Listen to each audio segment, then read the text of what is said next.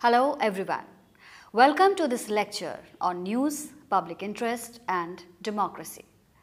This lecture is part of your paper on news and society. This lecture will address the question as to how news is related to democracy. So essentially we are going to discuss the theoretical concept of public interest and its application in news media. Before we enter into the discussion on the theoretical concept of public interest and its application in news media, we'll look at the news-democracy relationship. News and democracy enjoy an interesting and expanding relationship. They are intimately connected to an extent that one cannot survive without the other. Democracy centers around informed and participating citizenry whose institutional basis is largely provided by the news media in contemporary societies. At a time when the connection between the political parties and elected representatives on the one hand and the electorate on the other in modern democracy is increasing, it is the news media that bridges the gap between the two. In fact, news media has become the center stage of politics today, a phenomenon for which scholars refers to as mediatisation of politics. For news, on the other hand, to be able to discharge its democratic role has to enjoy freedom that only a democracy can provide. The basis of demand for freedom of press, a demand that is historically traced to early liberal thinkers like John Stuart Mill, John Milton and others, but continue to reign even today. Rests on the understanding that spirit of vibrant democracy leading to greatest public good or interest can be vigilantly defended and furthered by free news media. What democracy requires of the media? Scholars have described it variously. James Curan's exposition in this regard is particularly instructive. In his stimulating essay, What Democracy Requires of the Media, Curan articulates 5 key roles of the media that can be particularly applied to news media. 1. It should represent various organized groups. 2. As open forum, it should facilitate debates of ideas and activism. 3. It should manage the generated conflict by promoting dialogue and reciprocity. 4th, it should act as a watchdog both on state and non-state forms of power, and it should empower citizens with variety of balanced information. Underlying such positive and normative expectations from news media is an acknowledgement of news media power and authority in modern democracies. This is also drawn from the implicit idea that news is a public good, an essential public utility service that needs to be delivered seriously in the public interest by journalists in contemporary democracies that itself thrives on informed citizenry. A closely related approach is also to look at the role of journalist vis-a-vis news in a democracy. McQuill, Graeber and Norris note of 2 broad conventional versions here. One that sees news as an objective and trustworthy account of reality reported in dispassionate manner by professionals who are ready to play an adversary role vis-a-vis government. The other sees news not as independent of politics, but as one with basic political values and beliefs. It can be reasonably argued that public interest ideals require journalists to adopt elements from both the models. Before we proceed further, it is important that we understand the theoretical concept of public interest and its application in news media. Public interest and news. With this brief introductory note, let me start the discussion on public interest and news. What comes to your mind when you hear the word public interest? Two main versions of public interest. The concept of public interest is heavily contested and needs qualification. Held articulates two main versions of what constitutes public interest. At one end, in the context of news, is the majoritarian view that equates public interest with pleasing the majority of consumers in the news market by giving them what it wants. At the other end is Unitarian or absolutist. It is a view where the public interest is decided by reference to some single dominant value or ideology that itself is decided by guardians or experts, leading to a paternalistic system. In between the two extremes, there are alternatives, but none offers a clear guidance. It is possible that public interest of the Unitarian order gets transformed into that of majoritarian one over a period of time due to proactive and sustained efforts of the news media in generating public sense of need for what is supplied by it. Citizens' hunger for news on the political developments during India's freedom movement is a case in point. In contemporary era, however, a judicious blend of both the majoritarian and the absolutist versions coupled with ad hoc judicial determinations is believed to be an acceptable public interest media model today. Such a blending, however, differs across nations and societies. Criteria of public interest with respect to news in a democracy. Let us examine what exactly constitutes public interest in the context of contemporary news and media. Dennis Beckwell lists out at least 10 criteria of public interest with respect to news in a democracy. These can be succinctly categorized into three broad typologies: media structure, media service, and media restrictions. These are listed in Table 1.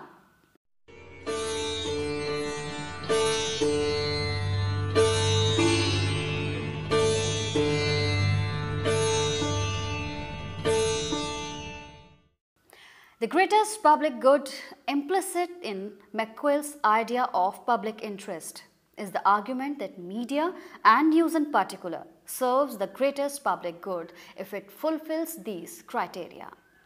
Even as one would be tempted to romanticize the ideal role of media as the torchbearer of public interest in a democracy as described, we need to be realistic in acknowledging that news does not operate in a vacuum. News production is a cultural process that cannot be separated from its social, economic, political, and organizational environments. News is a cumulative function of these environments which differ from nation to nation and change over a period of time within the same nation. There is a general opinion, however, that increasing commercialization of news business, reliance on advertising revenue, prodigious growth of media sector leading to cutthroat competition, deregulation of the news sector, both in terms of allowing FDI in the sector and allowing private players, particularly in the TV news market, among many other factors, block the news media from discharging its public interest functions. In other words, there is a serious conflict between interest of the majoritarian interest and that of the media and those who seek to covertly promote their private interest through it. Manufacturing consent. A vibrant democracy requires that multiple opinions emerge in the public discourse. These are intentionally debated and some form of reasoned consensus ultimately emerge. News media, as Curan also argues, should play a proactive role in facilitating the process. Scholars have pointed out that this function of news media is seriously undermined in contemporary societies, even as news media continue to have a global upsurge. Edward Herman and Noam Chomsky, in their compelling examination of how news media manufactures consent through propaganda, list out 5 mandatory set of successive news filters that every news has to pass through before the public receives it. So 5 filters of news. 1. Concentrated media ownership and their profit orientation. Number 2. Advertising as primary income source. Number 3. Reliance on information provided by government, business and experts. Number 4. FLEG means negative responses to media programs as a means of disciplining the media. And 5th, anti-left ideology on news coverage.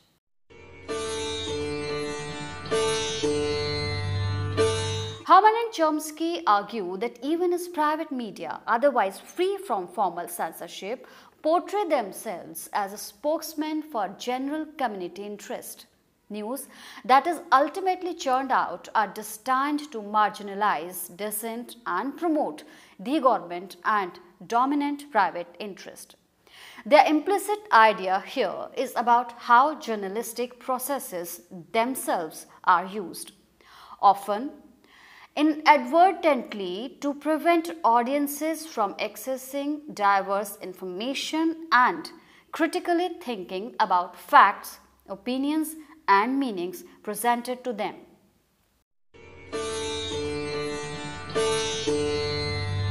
There is an additional threat when politicians and political parties either own news media houses or have significant stake in them, as is a growing trend in India today. Journalistic ethics. The issue of progressive depletion of journalistic ethics has also come in for scathing attacks worldwide in recent times.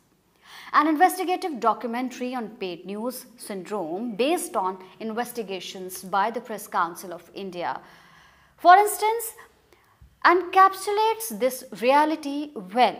It would be fruitful to view this documentary, Procuring News, available on YouTube, to understand how even eminent journalists and media houses engage in an unholy nexus with politicians, corporate interest groups, entertainment and sports industries to produce fake news, and advertorials, and how public interest ideals are grossly undermined in the process. Unethical practices like blackmailing politicians for money in lieu of coverage. Prevalent practice of private treaties where companies offer shares to media houses for ad spaces are indicators that do not augur well for the news media sector, its responsibilities in a democracy. Various scholars have articulated how corruption in the Indian media is seriously undermining democracy and public interest issues, commoditization of news and democracy. Now we are going to address the question, does commoditization and commercialization of news then necessarily result in a democratic deficit? The response is not as simple as it ostensibly appears to be, as there are varied opinions on it. German philosopher Jürgen Habermas, in his treatise titled A Structural Transformation of Public Sphere, he had argued that the introduction of modern-day commercial media in politics results indegradation of public sphere that otherwise facilitates public discourses on vital issues concerning the public, a discourse that it is otherwise so vital for vibrancy of a democracy.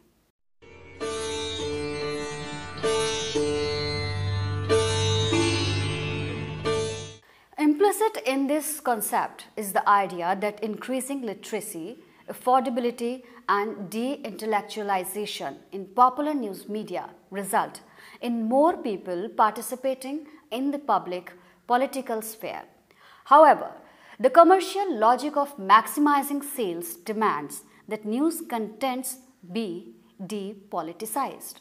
Contesting such a claim, Sevanti Ninan, in her study of Hindi press in North India, argues that advertising and incentive-driven marketing of the Hindi press since early 1990s, in fact, has effectively led to a creation of new cultural product that people would want to consume.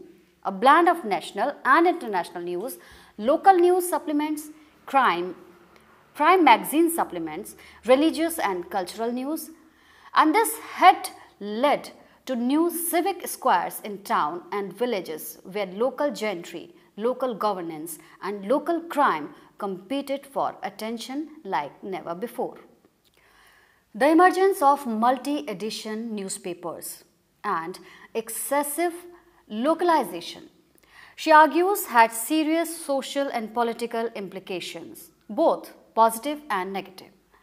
But one cannot discount the fact that it reshaped the individual citizen's sense of belonging and identity. As Nina notes of what she calls reinvention of the public sphere in North Indian villages and towns, its commercialization of the election process, its democratization of access to its pages, and the resulting inclusiveness of the news universe, its revival of dialect and its self-conscious reassertion of tradition in order to win over the mass reader were all processes within the reinvention. In a similar vein, Nalin Mehta argues about the rich democratic dividends that the 24-hour television news has yielded in India, and posits that deliberative Indian democracy was greatly enhanced due to the exponential growth of private news channels in the country since late 1990s.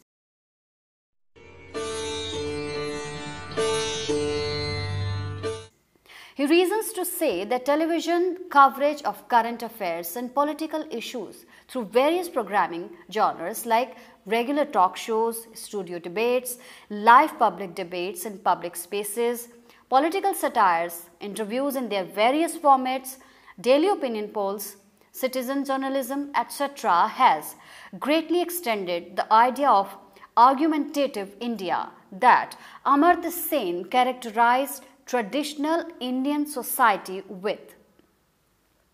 Mehta argues that by animating argumentation and dialogue and combining it with the language of liberal democracy and the spectacle of television, television news channels brought politics to the common man as never before and have greatly invigorated democratic ideals.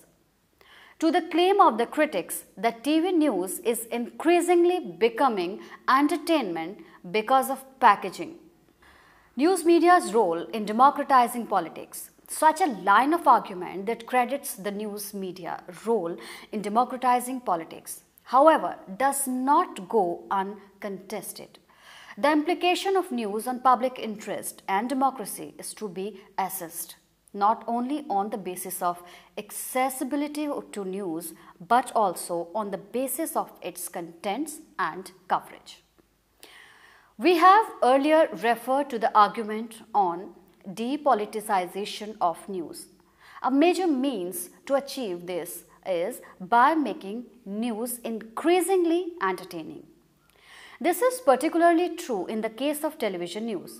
In fact, as Dayakrishnan Thusu rightly points out in his book News as Entertainment, The Rise of Global Infotainment. Such entertainment is a diversionary tactic to draw the attention of the public away from the given harsh realities of neoliberalism.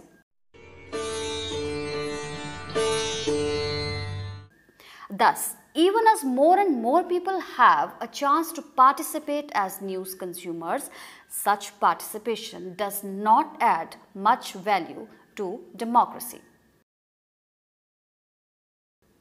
Curan, however, differs with this opinion. He argues that certain social issues are best delivered through soft news genre, which are packaged with doses of fiction and entertainment.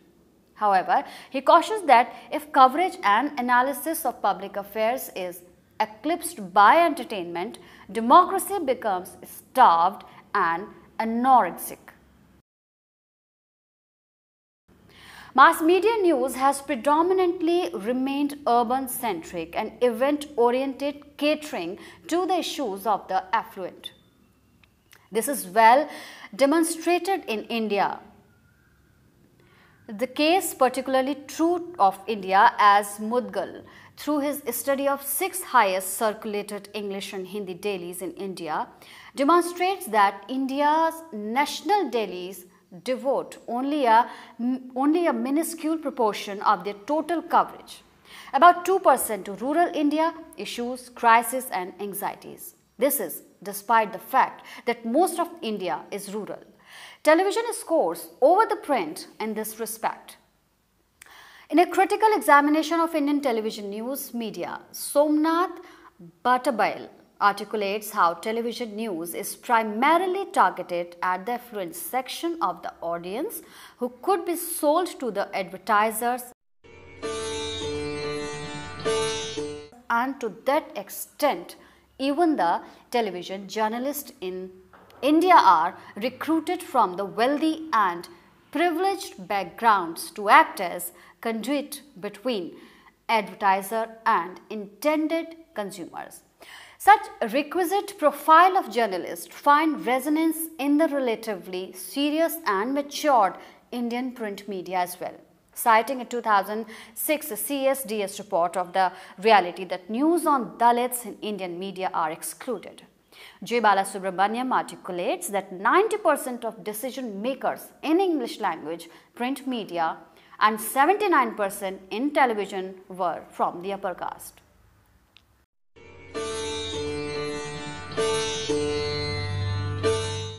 It is then obvious that the constitution of news media industry has a significant implication on the type of news covered and on the way it is produced. Question is raised about whose interests are attended to in the news and at what cost. It is apparent, as Bhattabail also argues, that despite the mushrooming of television news channels in India, content remain largely unvaried.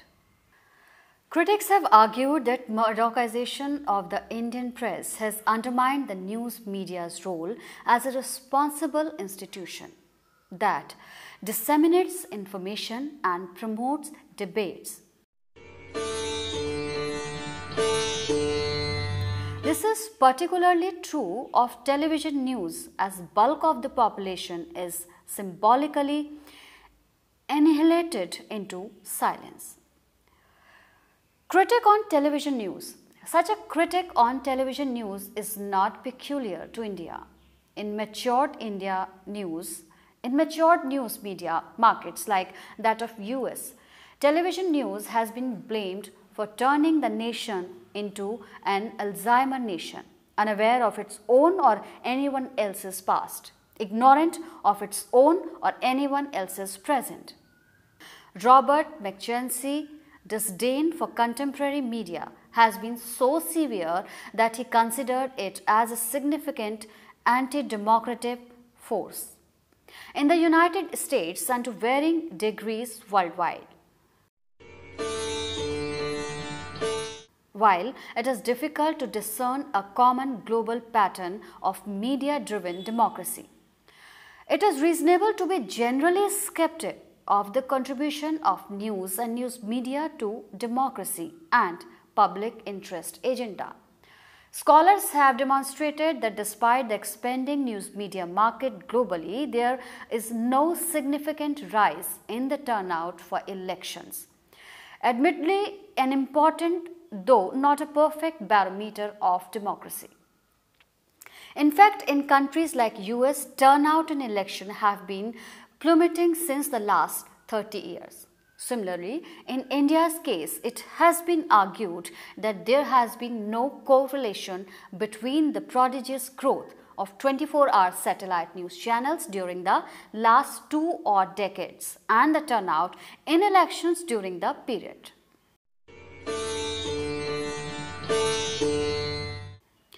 Media functions best in an enabling liberal and free economy, but it is this freedom that has turned the media today into a profit-driven, advertising-oriented business, one that privileges private interest over public interest.